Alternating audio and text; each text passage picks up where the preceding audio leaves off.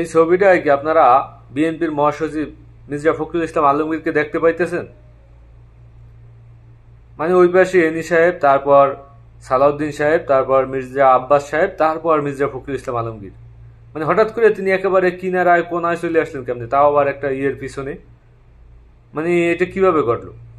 মানে বাংলাদেশের রাজনীতিতে মানে ভারত থাকলেই তারপর তার প্রমোশন হয়। এর আগে আমরা দেখছি সেই আওয়ামী লীগের আমলে যে বলতেছে আমি ভারতের প্রার্থী।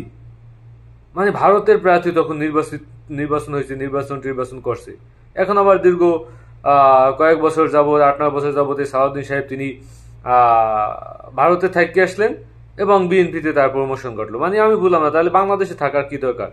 আপনি ভারত থাকবেন, ভারত কয়েক বছর ঘুরে ঘুরে আসলেই আপনার বাংলাদেশের রাজনীতিতে প্রমোশন হয়ে যাবে। আপনার দলে থাকা লাগবে না, মাঠে থাকা লাগবে না, জেলে থাকা লাগবে না। এবং এই বাবর সাহেব যিনি একেবারে দীর্ঘদিন যাবত জেলে ছিলেন, তাকে রাখা হয়েছে একেবারে ওই পিছনে, পিছনের কাতারে।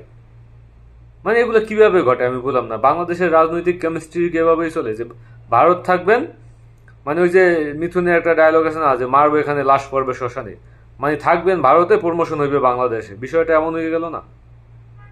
মানে এখনই তাকে ঠেললে একেবারে কোনায় নিয়ে যাইতে হইবে, সাইডে নিয়ে যাইতে হইব। আমার তো মনে হয় এভাবে সারা বাংলাদেশে চলতেছে। যারা তেগিরা তোমরা এখন সাইডে চলে যাও, হাইব্রিডরা যারা ঢুকবো তাদেরকে জায়গা করে দাও। আজকে আরো একটা নিউজ দেখলাম যে বিএনপির একটা অফিস তারা দুধ দিয়া ধুইতে আছে।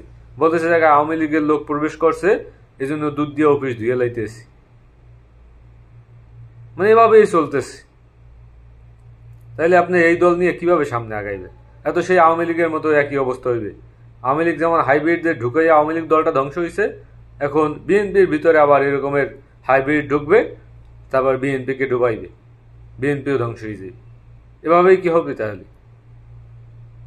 মানে একজন মুরব্বী, একজন বয়স্ক, সেই অর্থেও তো সে সম্মান পায়, তাকে সেইটুকু সম্মান দেন আপনারা। আপনারাই আপনার দলের নেতাকর্মীদেরকে যদি সম্মান না দেন, সাধারণ জনগণ, বাইরের ছোটখাটো নেতাকর্মীরা তারা কিভাবে সম্মান দিবে? মানে এইভাবে করতে হইবে। শক্ত খুঁটির মতো বিএনপিকে ধরে রাখছিল মির্জা ফখরুল ইসলাম আলমগীর। দীর্ঘদিন যাবত এই বিএনপিকে ভাঙার চেষ্টা করা হইতেছে। যদিও অনেকে বলেন যে বিএনপির ঊর্ধ্বতন নেতাকর্মীদের কি নাকি আওয়ামী লীগ কিনে লাইছে, কিনে লাউক আর যাই করুক, কিন্তু ভারত থেকে আসলে তারপর তার প্রমোশন কেন হইবে? আমি এই জিনিসটা বুঝতেছি না। আপনারা যদি বুঝে থাকেন আমার কমেন্টে জানান।